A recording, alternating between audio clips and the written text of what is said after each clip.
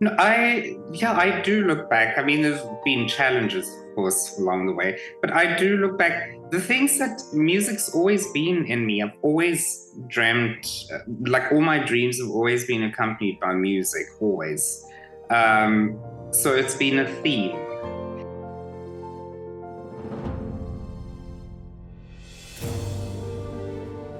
John, it's so lovely to see you here on Zoom. It's lovely seeing you again on Zoom. Yeah, we've met before, and I'm so happy that we can speak and that I can do the interview with you because you've got such a beautiful story. Well, thank you. Thank you. Oh, Yeah, I'm happy to share what I can, you know. yeah, because we actually come from the same area in South Africa, We both South do Africans. indeed. We do indeed. We are Yeah, indeed. Exactly. And we yeah, both come from the Val. from the Vaal, I know, which is so great and so lovely to absolutely. You come from Sebokeng, which is a township in South Africa, and you've got such an inspiring story. And it's really these stories just it's like dreams coming true and things that you think is really not possible and you can just prove and show that it is possible. So, as a child growing up in Sebokeng in South Africa, did you um, what made you want to play the piano? Oh, um, actually, I think I was just attracted to it. I think, yeah, I saw it on TV one day, and I actually think it was Liberace. It was this big grand piano, this guy with diamonds and gold, glitz, glitz, glitz. And I remember telling my mother and my grandmother, because I was raised by my mother and my grandmother, that I want to play that. I didn't even know what that was. And it just attracted me. And that's how it started. I played after many years. But I remember that vividly. This white grand piano with this, it really could just have been Liberace. And I was like, I want to play that. And I think that's how it started. But and in school, did you do music or Mm-mm, mm-mm. you Only didn't? later. Mm-mm. Only later. Much later when I went to the National School of Arts in Johannesburg. Um, then, of course, it's an art school, Yeah. high school, and with the arts incorporated with whatever it is you do. You could do other subjects as well, but like it was really focused on the arts. So yeah, and of course, I started when I was 14, so it was very late. And I basically had to sit on my bum and practice. Really? To Oh, catch up. Yeah. yeah, Yeah. yeah. But I'm still catching up, I think. really, I'm sure because I heard you play and it's not true. Can't be true. But there must have been I saw a documentary about your life and or about how you got to play the piano. But of course, in your family, your parents, they didn't play the piano. But there was a music teacher. Tell me about this music teacher that came in your on your path. Vanessa Berger. Mm. Yeah. She is just absolutely lovely. She's in her 80s now, I think over 85.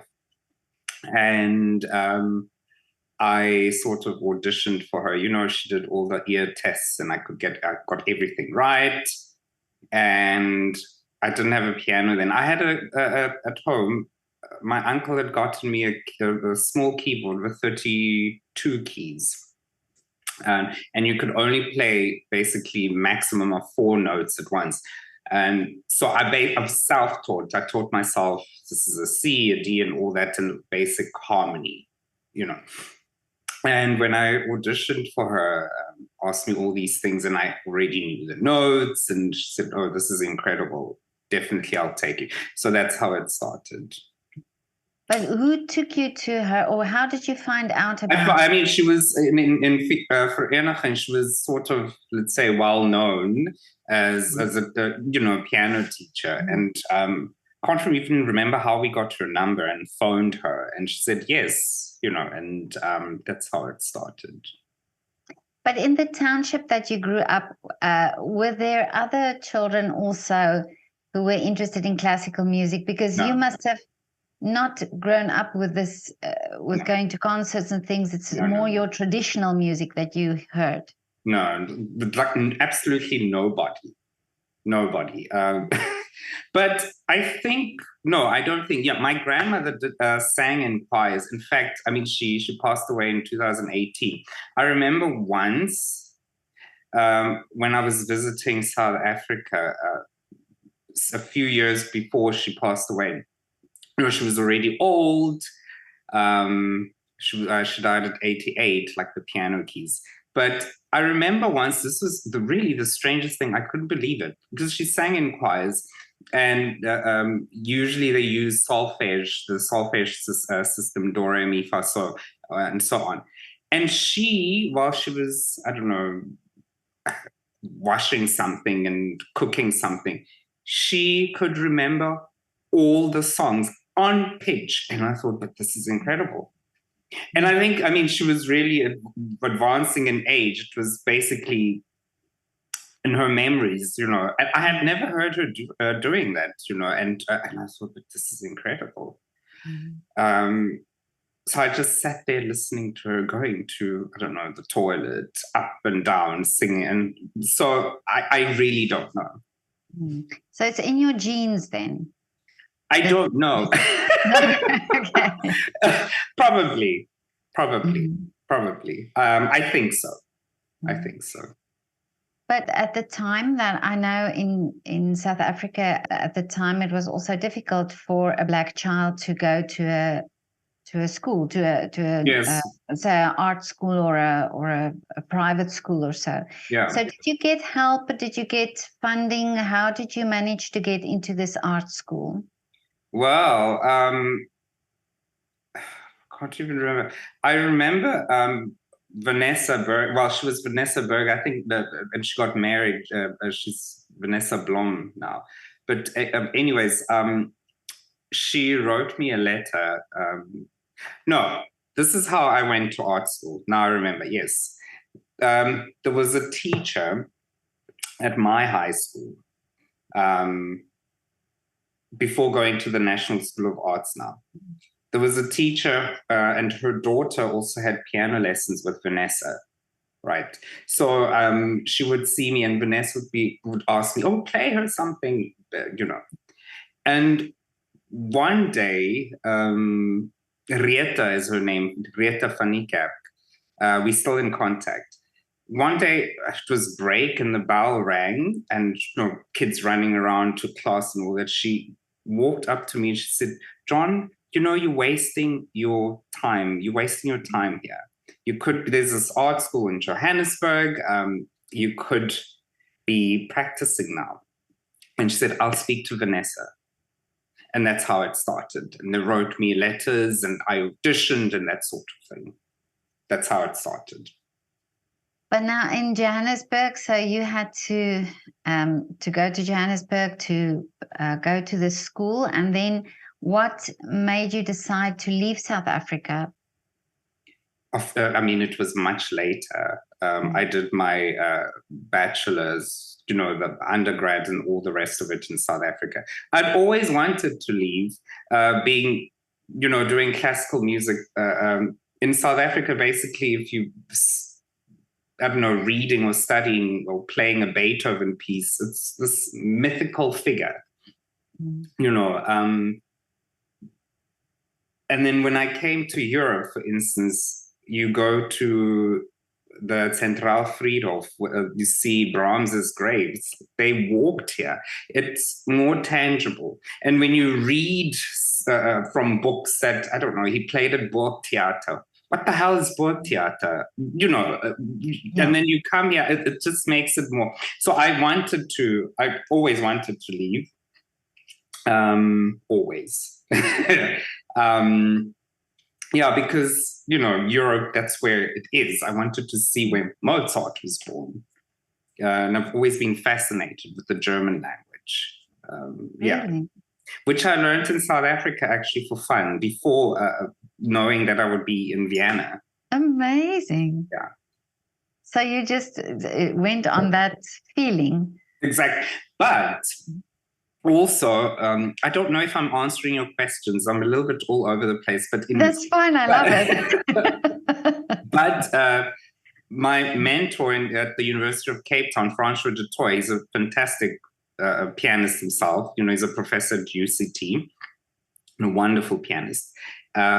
He studied in Hanover at the Hochschule. I don't know, way back when. And when I was with him, he said something very interesting, which I've never forgotten. And I still need to ask him why he said that. He said, John, I think you need to go to German-speaking country. I think you'll be happy there. Voila, I am very happy. Of course, I was thinking Germany, Yeah. but Vienna happened, and I'm very happy. Amazing. So Crazy, really crazy. Yeah, that he said that. Yeah. Yeah. And I still need to ask him actually why. Sit down with a glass of wine. Why did you say that? Because maybe maybe I should ask him. Yes. Exactly. Because obviously, of course, if you go to the States, there's the language, you know, or to the UK, but specifically, he could have just as well said a French-speaking country. You know, I mean, he said, no, you'll be happy in a German-speaking country. And amazing. Yeah.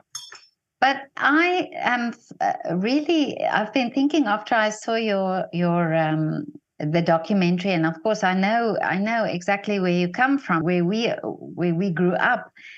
And so what I find really fascinating is that I sometimes think when I'm here in Europe and when I'm in Vienna, I think, okay, so the theaters, the concerts, these are things that people grow up with, you know, this is, and also the sound of classical music, it's what people grow up with.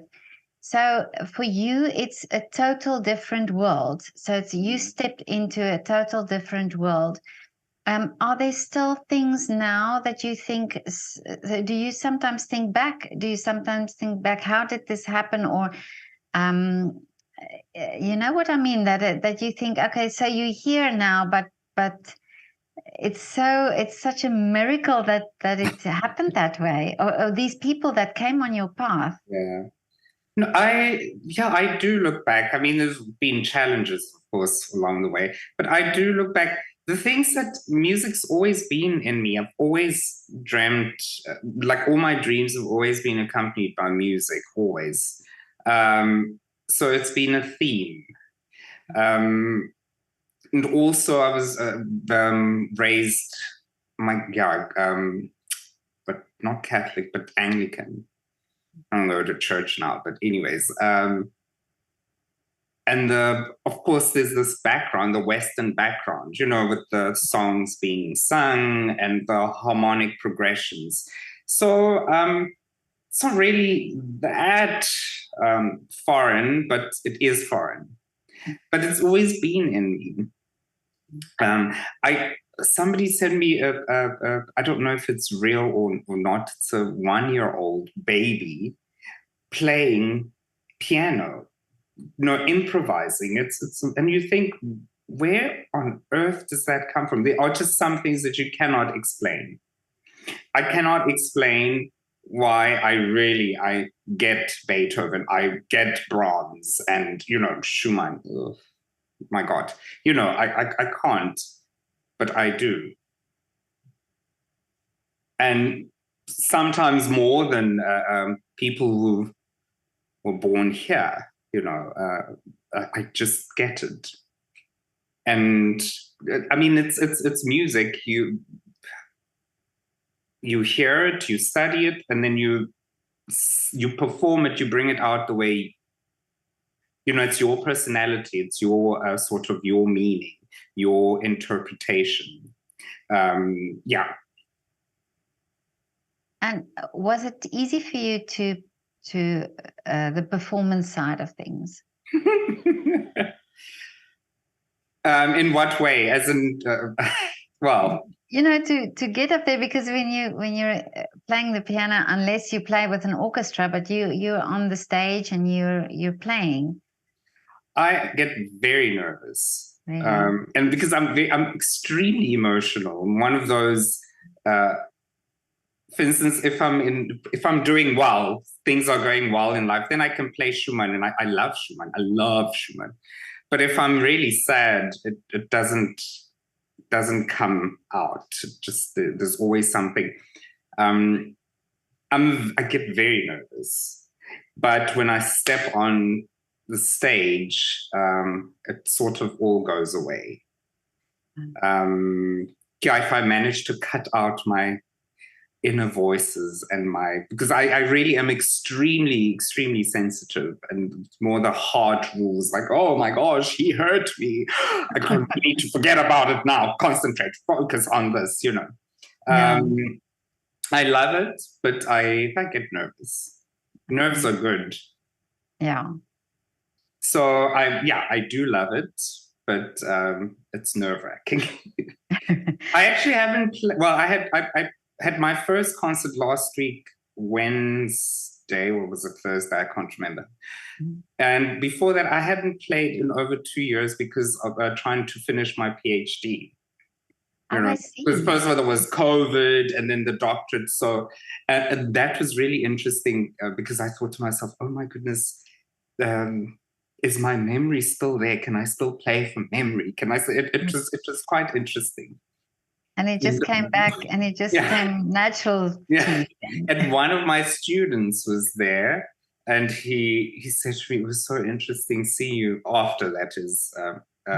He was so nervous. You're looking through your music before, and yeah. But so I do love it. I love it. Okay. But it's work. Let's put it like that. Inner work, and trying to quieten some of the voices and that sort of thing. But now you talk about your favorite composers and Schumann and so, but do you also play other genres? No. You don't? No. I only, and I'm so glad you brought that question up, because I get so angry. I almost, I was like, at people because I'm Black. They think, oh, come, you must do jazz. Oh, okay. You know, and when I think, I love jazz, absolutely love jazz. You know, if I play and improvise, this is for me. I am a trained classical pianist. Punkt. And somebody asked me the one time, they said, yeah, okay, do you play modern stuff? I said, what do you mean? Do you mean like, I don't know, Prokofiev? And he said, no, jazz. And I said, no. And I said, first of all, you can't ask me to play for whatever it is. I said, if you have a toothache, you don't go to the optometrist and say, look at my tooth, you know? Yeah. I'm a trained classical pianist. If you want a jazz evening, go to somebody who specializes in that. You know, if my eye is sore, I don't go to the cardiologist. And it's the same thing. So, I get quite violent inside. With really? That. Like, it's like, no, just because I look like this, no. So, no. Yeah, but it's interesting that that you people have these stereotypical ideas, you know, that Exactly. So give me Beethoven, then we can talk. Give me Brahms, give me Bach, then we talk.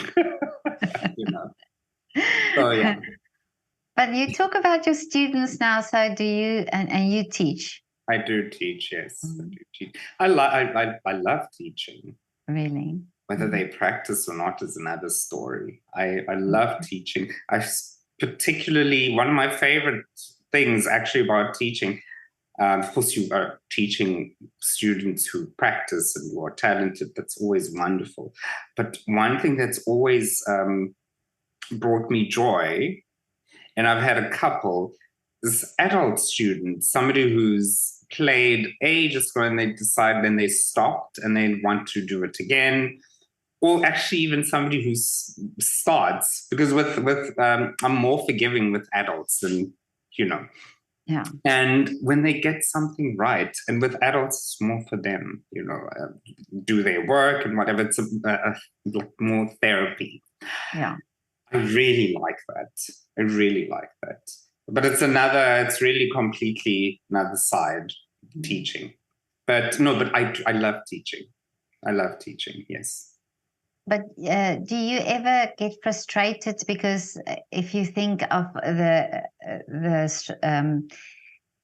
effort you had to go through and the limited opportunities you have, and you teach now people who have it easy, you know, to get to the instrument, does that frustrate you in a way also?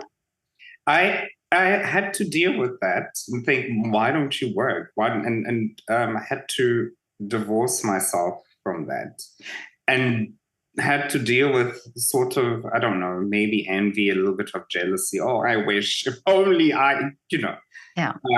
But such thoughts are futile. They don't bring anything. So I had to, yeah, divorce myself from such thoughts and realize, okay, I'm dealing now with, I don't know, Peter or Susan. That's their situation. You know, it's all relative. Do what you can. Don't judge too much. Yeah, it's your life. You put in the work. Good for you. If you don't, oh well, good for you. Yeah. You know. Yeah. So I mean, I find it incredible, but I look at it from the outside and just don't get involved. That's their experience. Yeah. I No, tried. that's actually, yeah, that's actually true what you're I saying. tried to. Yeah. I tried to. But John, now tell me, what are the wishes now for you for the future after you? Well, Yeah. well, I'm gonna do my rigorosum in a month, exactly a month, and hopefully I'll be Dr. John Ntsepe. Wow. Yeah, doctor. Well, well deserved then. And then I'll start playing. I have some concerts with my duo partner, Anna Magdalena Kokic, a fantastic Viennese pianist. She's fantastic. And also job hunting at some universities. It's I I actually don't know. I'm actually very scared. Oh, really? I'm really scared. You know, this what's going to happen after, because I have to find this fine balance playing and lecturing, hoping to get a position some here in Austria. It doesn't have to be in Vienna, but it would be great somewhere in Austria. Well, you've in your past you've shown that so many wonderful things come on your way, so that it will probably happen again for you. I hope so. Yeah, yeah.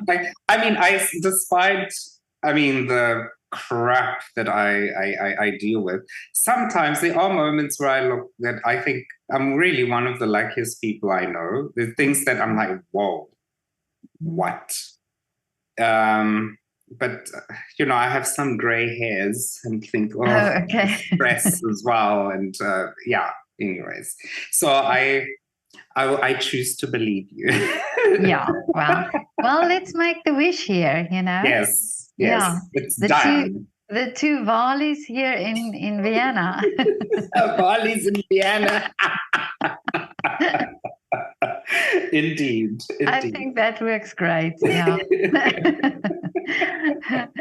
But John, this was so great to talk to you again, and I'm really looking forward. We will have to catch up with a coffee after you've done with all your obligations, and then I would love to see you in concert as well. Yes. Yeah. We'll definitely. I mean, I'll definitely see you again soon. Yes, definitely. Yeah. Yeah. Okay.